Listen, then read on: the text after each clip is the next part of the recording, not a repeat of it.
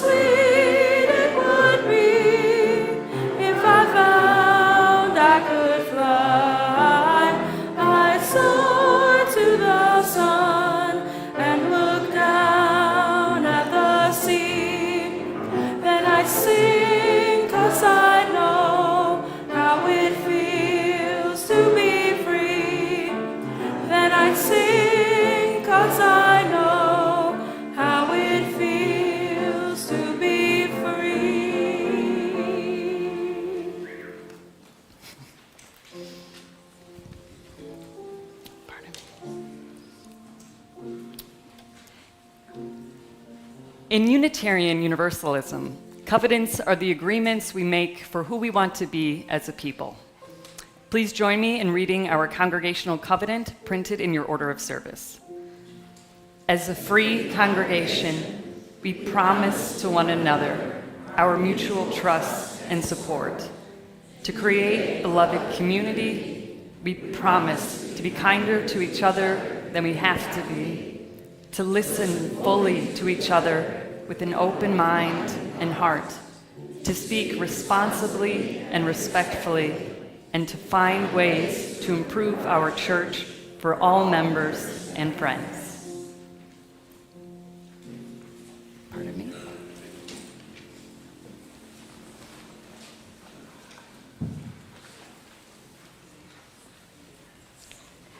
Now, if the children wish, please come up for the wisdom story.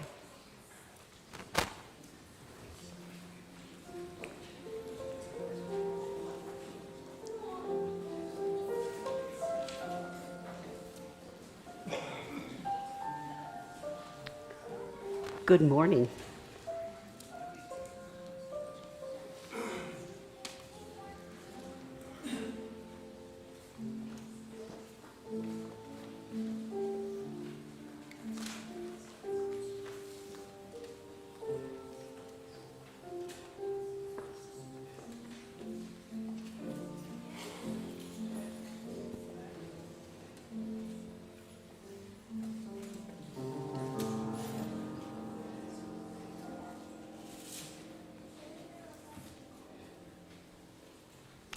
Our wisdom story today is about what I learned from what we call our little people.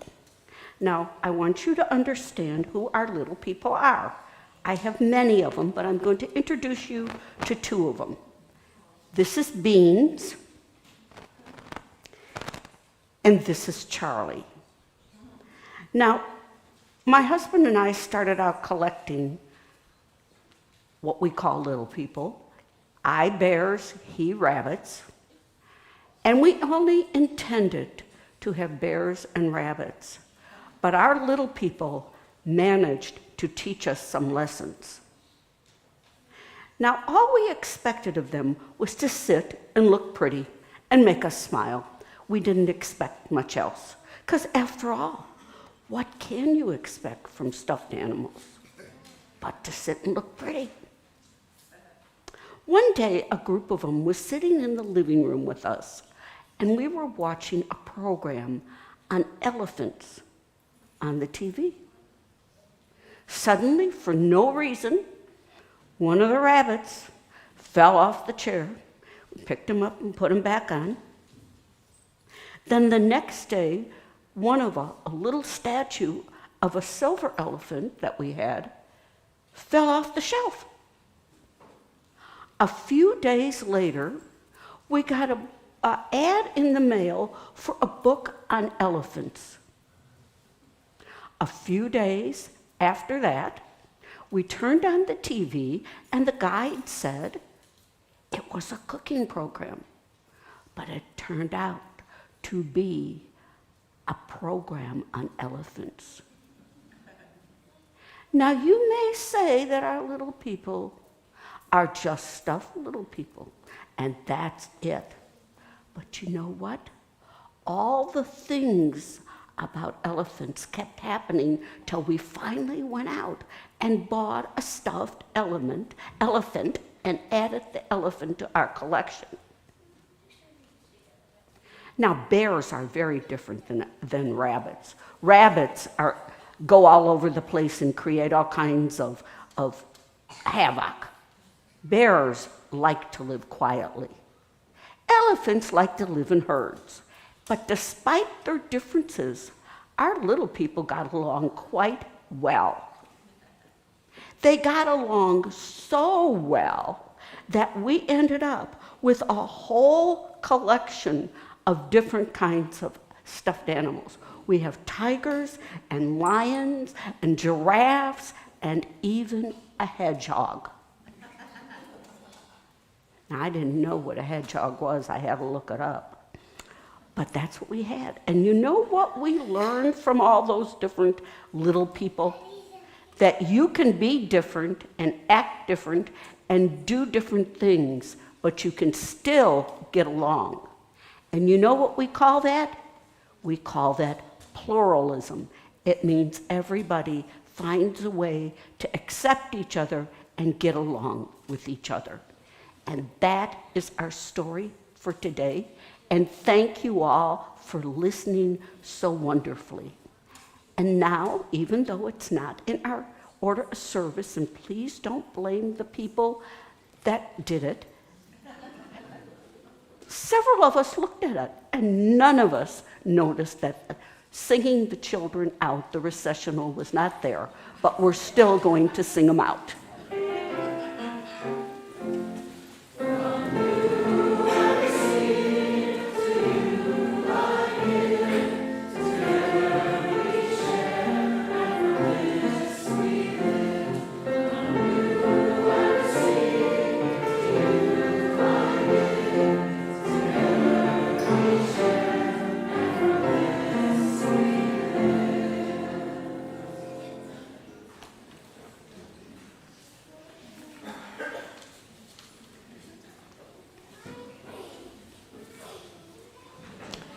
Let us join our hearts and minds in the spirit of prayer. Our prayer today is by Judith L. Quarles. How shall we pray? First, let us be open to silence. Let us hear the sounds in the room, the sounds outside, and the comfortable murmur of the children as they go downstairs. Let us begin to hear the soft beating of our hearts, and let us listen intently for messages from within. Let us feel gratitude for our lives and for our beautiful earth. As life gets hard, as sad or lonely as we sometimes feel, let us always be warmed by the gifts of this life. And finally, let us be aware of the blessing that is not ours alone to do the work of the world. Love and community work wonders that we ourselves could never manage. In this time of silence, let us form our own prayers out of the concerns of our hearts. Let us enter into a time of meditation.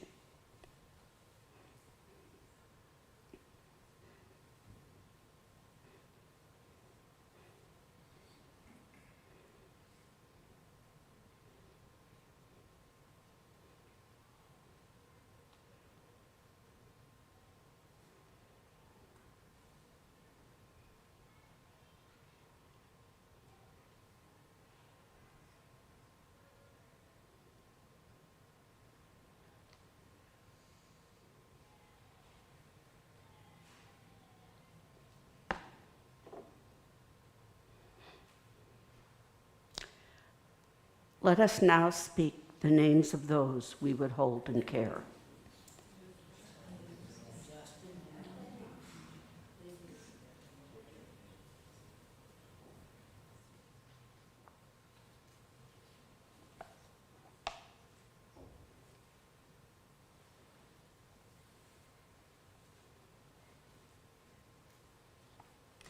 Amen and blessed be. Please remain seated for our meditative hymn, number 181, no matter if you live now far or near.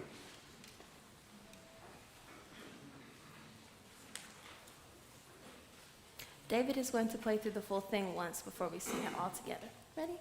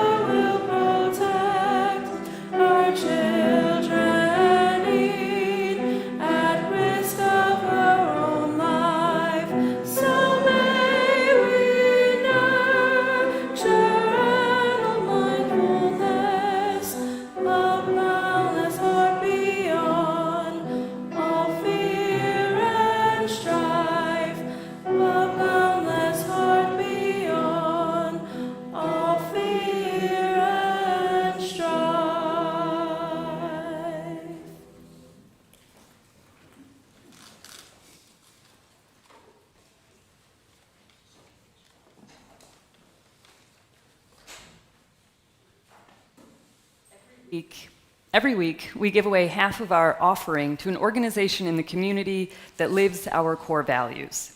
This month, our shared plate partner is Ready Readers. And to share more about Ready Readers, we have their executive director here, Angela Spears-Spittle.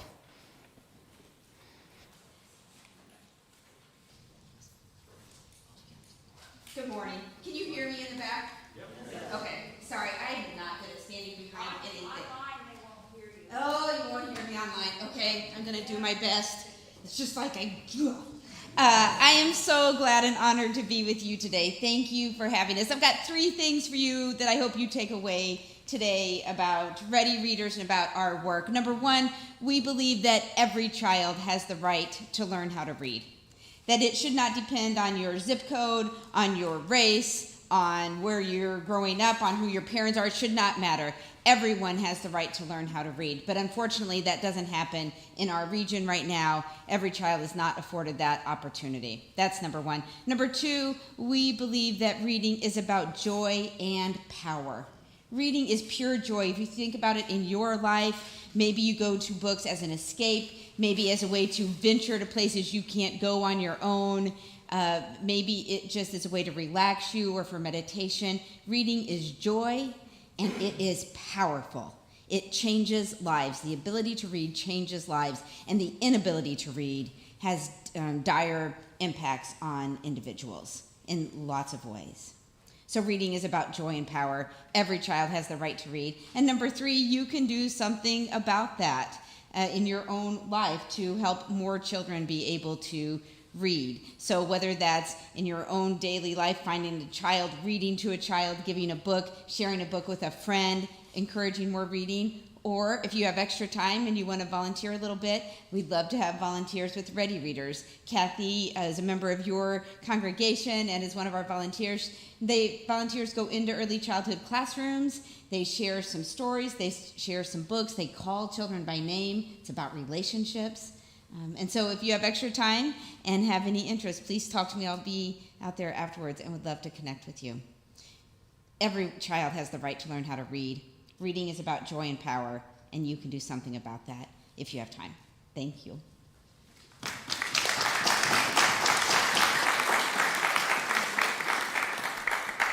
Thank you so much, Angela.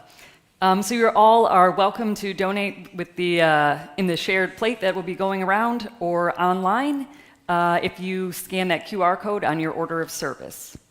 Let us be a generous people.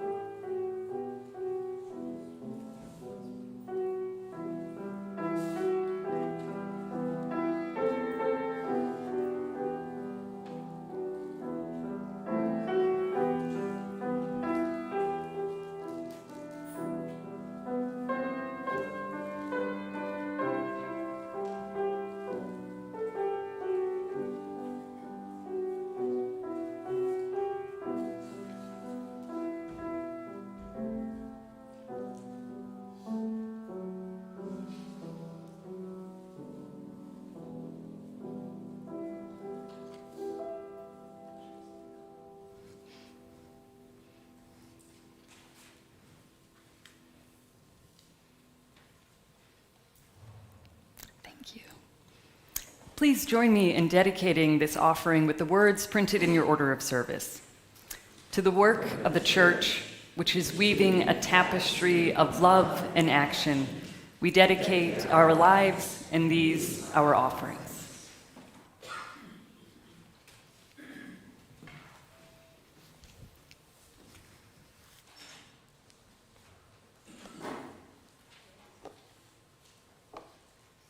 Did you want something?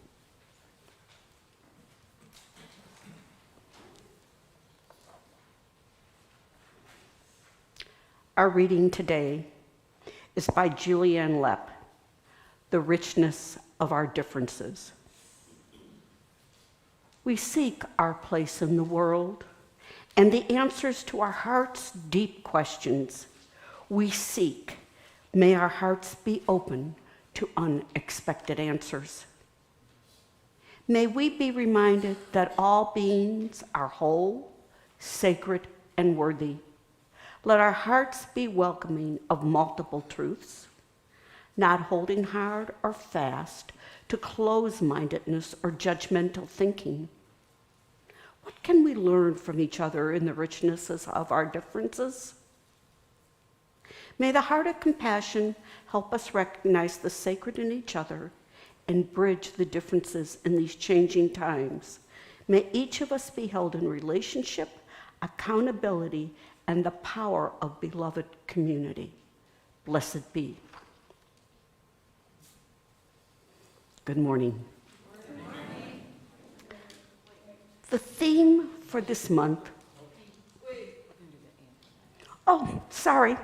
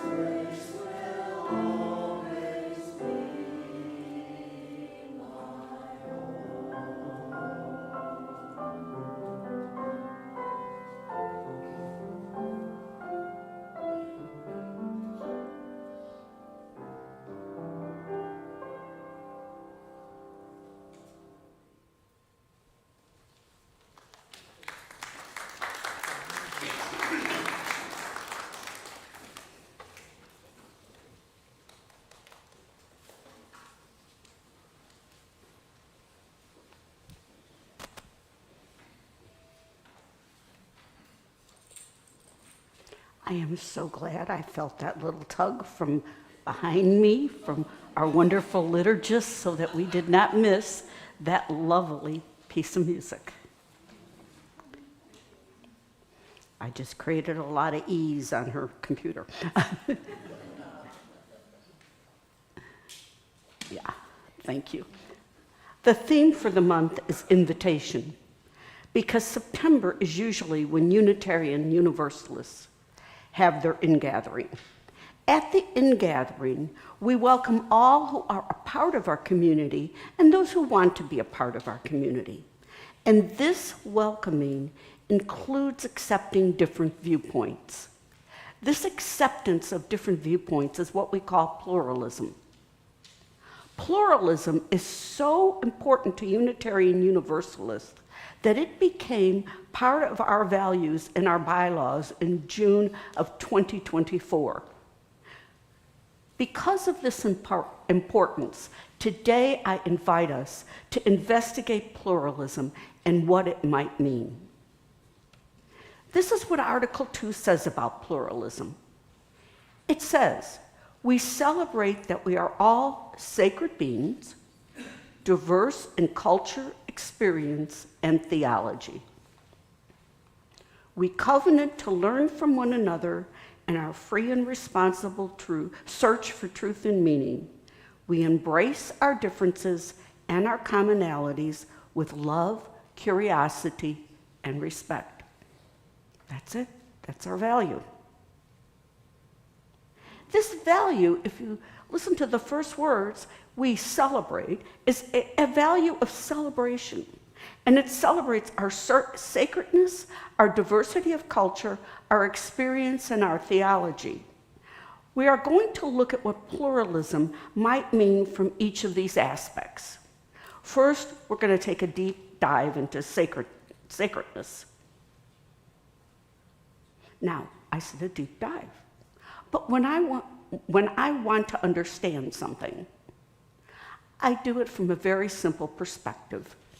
I go to the dictionary. So I looked at, and which are of course now all online, and the Cambridge Dictionary defines sacred as a quality of our being. What is the quality that we all share? Other definitions call it holiness. We are all holy. Another dictionary indicates that being sacred is something that is at the core of our being.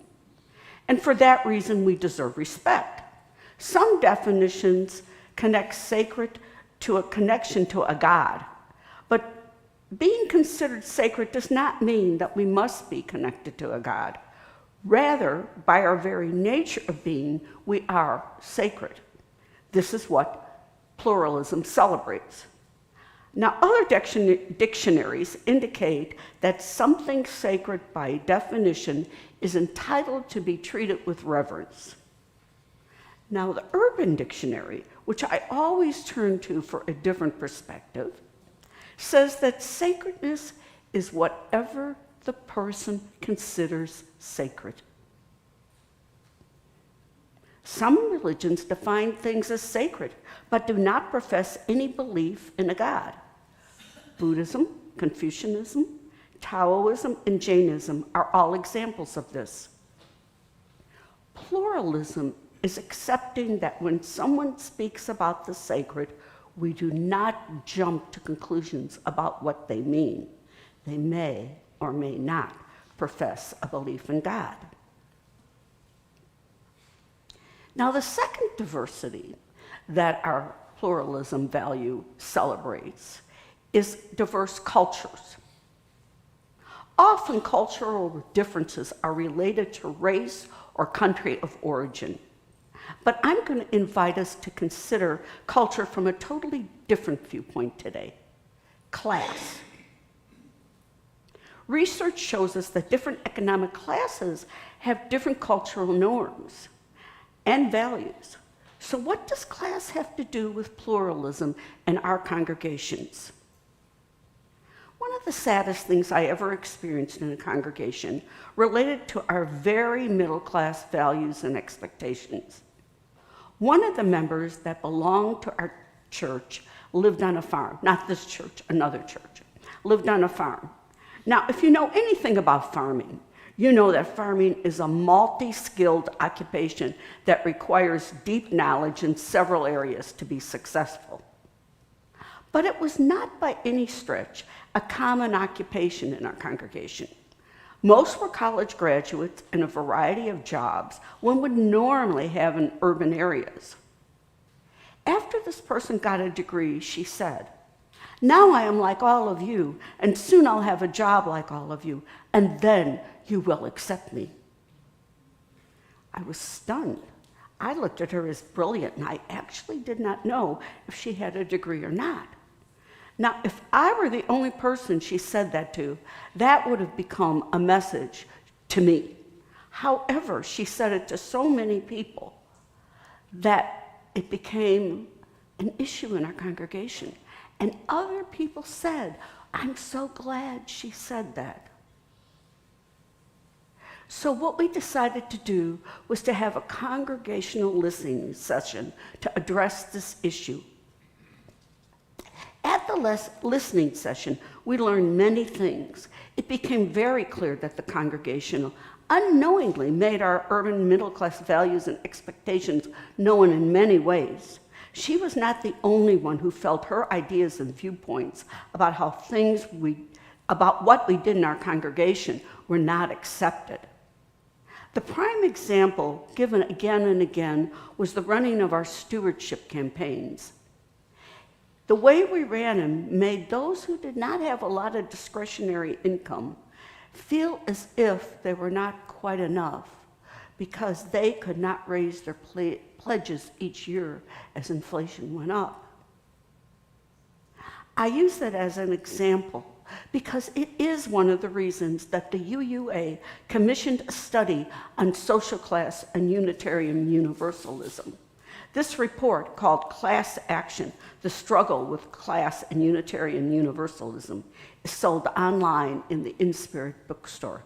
It has recommendations on how to celebrate economic diversity within our congregations. So we move from sacredness and culture to experience as a part of our pluralism. Now, I'm going to use the example of ageism to illustrate how we may ignore the experience of others. The National Institutes of Health has an excellent article on ageism, again, online. It explains that ageism is a form of prejudice that affects the young and the old. It goes on to say that the same social environment is experienced differently by people in different age groups. So that means what we do within our congregations is seen differently by people of different ages. Now, an example I want to give is in one congregation, we had progressive dinners. Now, progressive dinner, and I had to have what that meant explained to me, so I'll explain it too. A progressive dinner is one that you do the appetizer at one family's house, then you drive and do the salad at another, and then you go to another for the entree, and so on. They were fun. However, when discussing these dinners, most of the young adults did not have the space to hold such a dinner course. Those who worked and had other responsibilities, like children or caring for aging family members, felt they did not have time to host the dinner. The older adults over 50 were the ones that actually hosted the progressive dinner each year and wanted to know why it always landed on them, even though they loved the dinners. So these dinners were viewed very differently by different age groups.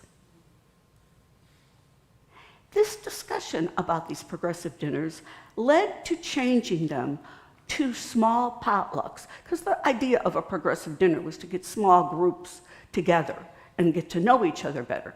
So we changed to small potlucks held at the church, which included everyone in the planning, but put a burden on no one. Looking at the experiences of others does make a difference. Also, because our experience is different, it does not mean that it's lesser or better. I did a service at Abraham Lincoln Unitarian Universalist congregation. The choir was singing When the Spirit Says Do. Now, I tried to sit in my chair like a good minister, but I failed, and I stood up and started dancing. I looked up, and there in the corner were all the teens dancing. And they're dancing and smiling and high-fiving until the end of the hymn. It was wonderful. I wondered if we fully listened to the voices of youth and young adults, how would our congregations change? How would respecting their experience make a difference in how we did things? Finally, the pluralism value celebrates our theological differences. Sometimes it seems that we should not have to state the obvious, but we must address the statement that I am sure that we have all heard. Unitarian Universalists don't have a creed. You can believe anything you want. Obviously, that is not what we mean when we say we do not have a creed. We cannot say you can believe anything you want because that may violate our values. For example, we cannot believe that one group of people is inferior to another group of people and therefore oppression is acceptable. Believing anything is not what pluralism is all about. However, our lack of tolerating theological differences goes way back in our history. Let me give one example from many examples of the dissension that theological differences caused. Early in our history, Unitarians accepted the Bible as the main sacred book. Now, they interpreted it very different than the rest of Christians, but it still was their book. In the 1820s and 30s, transcendentalism arose as a very, very vital philosophy. And it just so happened that Ralph Waldo Emerson, a Unitarian minister, became one of the main voices in transcendentalism. He did not see need for the Bible or even congregations. Now, of course, that developed a controversy between traditional Unitarians and transcendentalists. Now, I'm going to summarize this very succinctly. They were not nice to each other. Now I want to jump to the current day's examples of intolerance. One happened about 15 years ago. I belonged to a UU church, well, before that, way before that. I belonged to a UU church that was intolerant, but of any view but humanist. I didn't take exception to that view, I just didn't understand why other things weren't acceptable, and I sort of saw that as being a UU. So when I moved back up north from the south, it was a few years before I ventured into another Unitarian Universalist church. And when I came, I sat in the last pew right by the door, and I made sure that door was unlocked because I knew I was going to escape after the service. And it worked the first week. The second week, it didn't work because two members of the welcome team sat in the pew across from me, and when the service ended, they came up and decided to introduce themselves and get to know me. But I still made excuses and went out the back door. The third week I came, and all the pews in front of me were filled. I was shocked. And I didn't understand. It was ingathering week when people who had been away for the summer returned.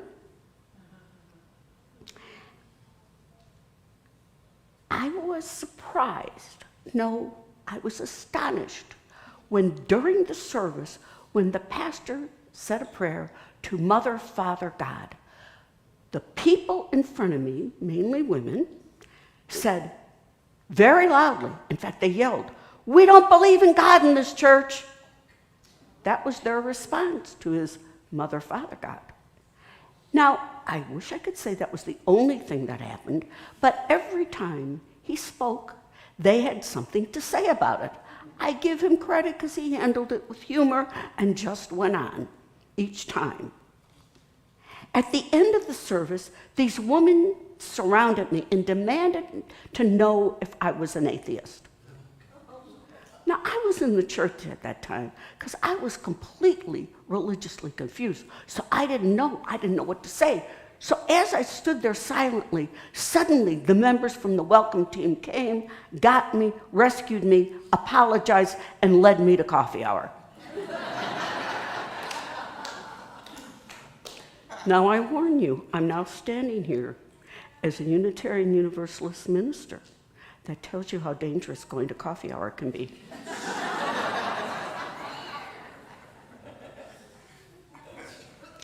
Now, the interesting point about this is these women persisted in this viewpoint about their congregation, even though one of our principles at the time was a free and responsible search for truth and meaning. Our recently adopted Article 2 makes it clear that individuals' right of conscience continues to remain central to the Unitarian Universalist heritage. Despite this, very recently in one church, the minister had to counsel the congregation regarding members because they were openly disparaging and denigrating the Judeo-Christian heritage from the pulpit and from Facebook. So no, we are not always tolerant, which is why pluralism calls us to be tolerant of differing theologies. Now, Reverend Jeremiah Wolf, a UU minister, says the essence of spirituality is to live a good life in a messy uncertainty. We come here each week to help us figure out what it means to live a good life. It is where we search for truth and meaning. It is why we sit in these pews each week. However, we are allowed to come to our own conclusions about the meaning of it all. We are not told by a creed what the meaning of life is or how to live a good life. We need to figure it out in community. And figuring out the meaning of life and how it relates to the ultimate can be described as theology. And it may or it may not include a belief in God. Now, many of us have experienced what is termed church hurt. We somehow felt dismissed or denigrated by a church. That is how we developed intolerance for certain points of views. So please don't misunderstand me. Disagreeing with a theology is not intolerance. Denigrating it is. In our denomination, there are UUs who see Jesus and his teachings as valuable in developing their theology. Others find the earth-based religions as a way to put meaning in their lives. Others turn to Buddhism or Hinduism to develop their theology. Others rely on books and ideas that come out of Unitarian Universalist. Others rely on quiet contemplation.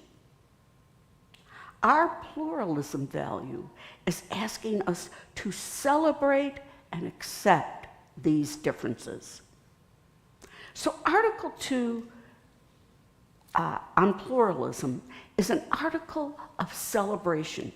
It also is an article that tells us how we should celebrate not only our sacredness, but our cultural, experiential, and theological differences. In other words, how do we live this value?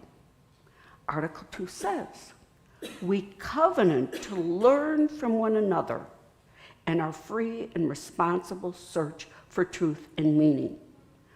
We embrace our differences and commonalities with love, curiosity, and respect.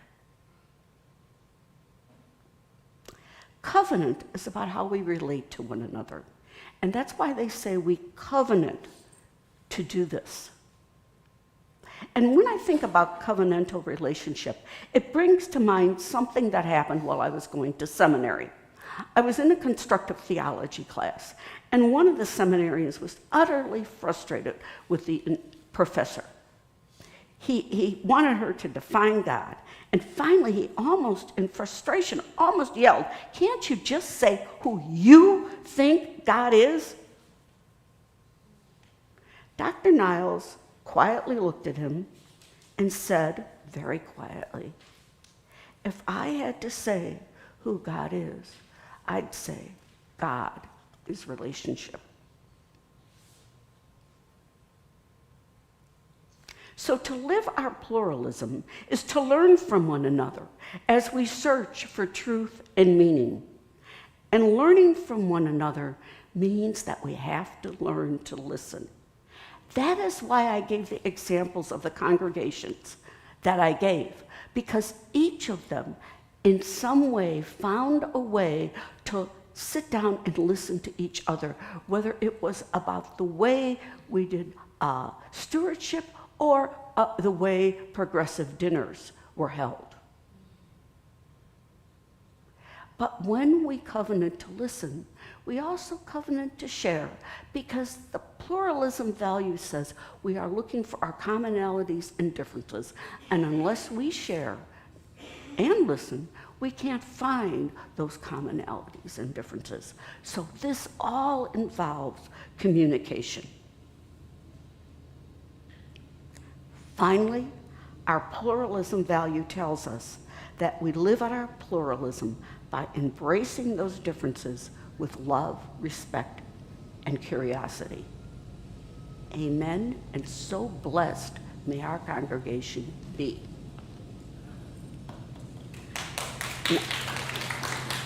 Thank you. Now, please join us in singing our closing hymn, "Our Faith is But a Single Gem."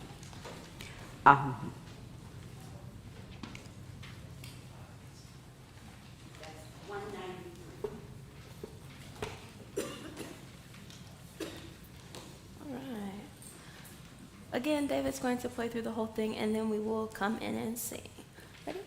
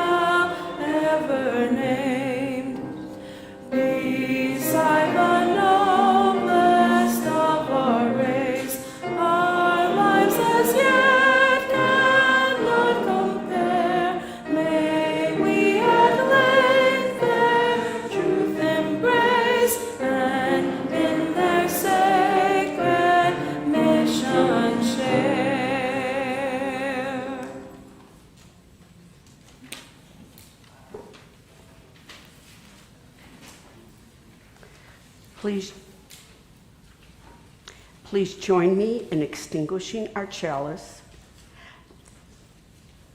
The words are printed in your order of service. Please let us say them together. We extinguish this chalice, but not the light of truth, the warmth of community, or the fire of commitment. These we carry in our hearts until we are together again. Please be seated for one final musical gift.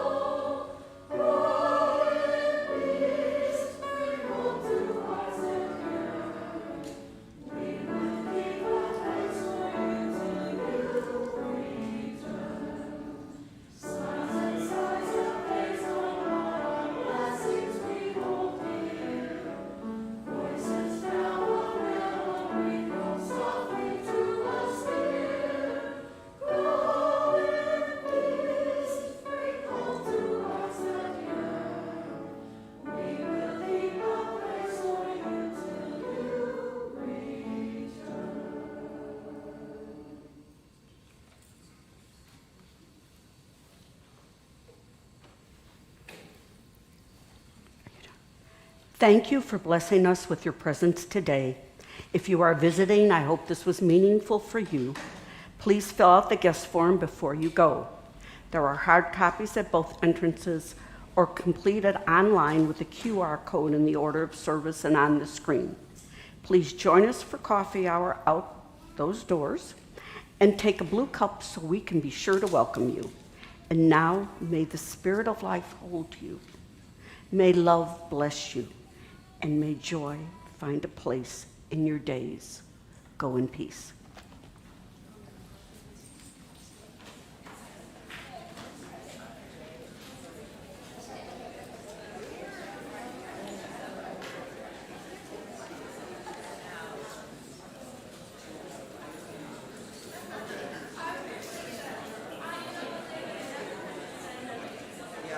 Yeah.